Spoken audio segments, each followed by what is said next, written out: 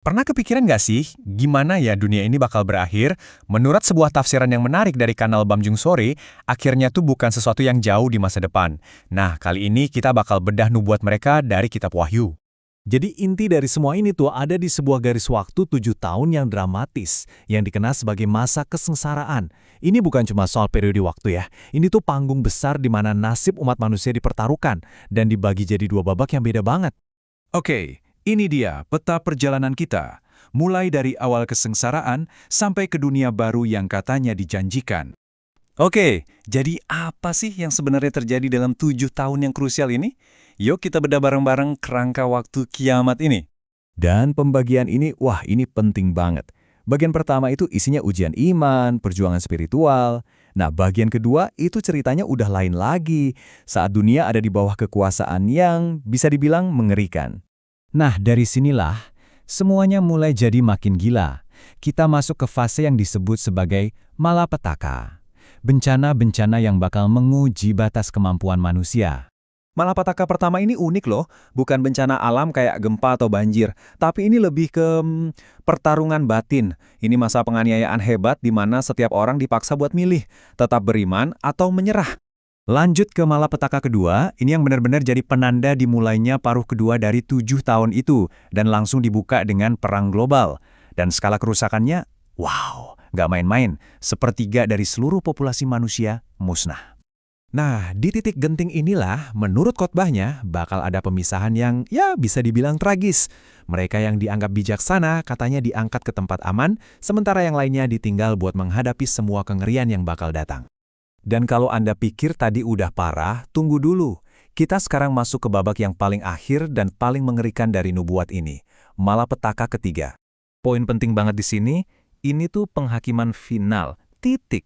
Dan sasarannya spesifik banget, cuma buat mereka yang udah memilih pihak, mereka yang memakai tanda binatang. Oke, sekarang kita sampai di klimaksnya. 7 cawan murka Tuhan, yang masing-masing isinya adalah bencana yang siap dilepaskan ke dunia.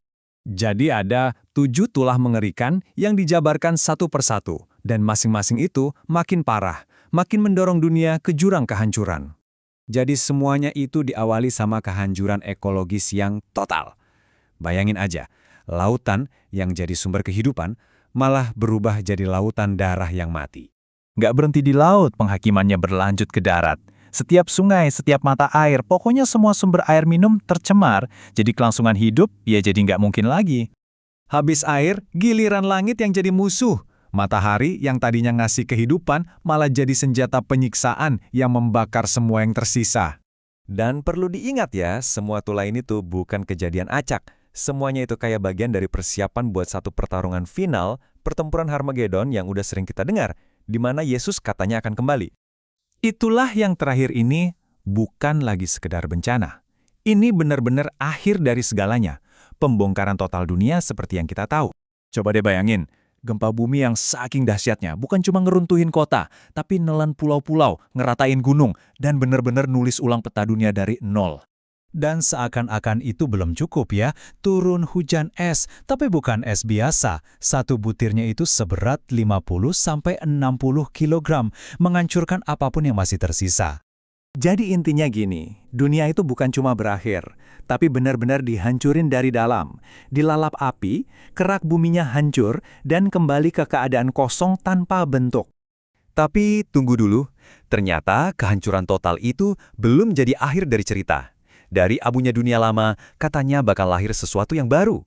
Dan di sini ya akhirnya, muncul langit yang baru dan bumi yang baru.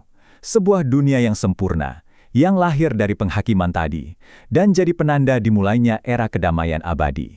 Nah, visi akhir zaman yang dramatis banget dari Bamjung Sore ini, visi tentang kehancuran sekaligus kelahiran kembali, akhirnya bikin kita mikir ya, sebenarnya gimana sih cerita-cerita tentang akhir zaman ini ngebentuk cara kita ngejalanin hidup sekarang ini?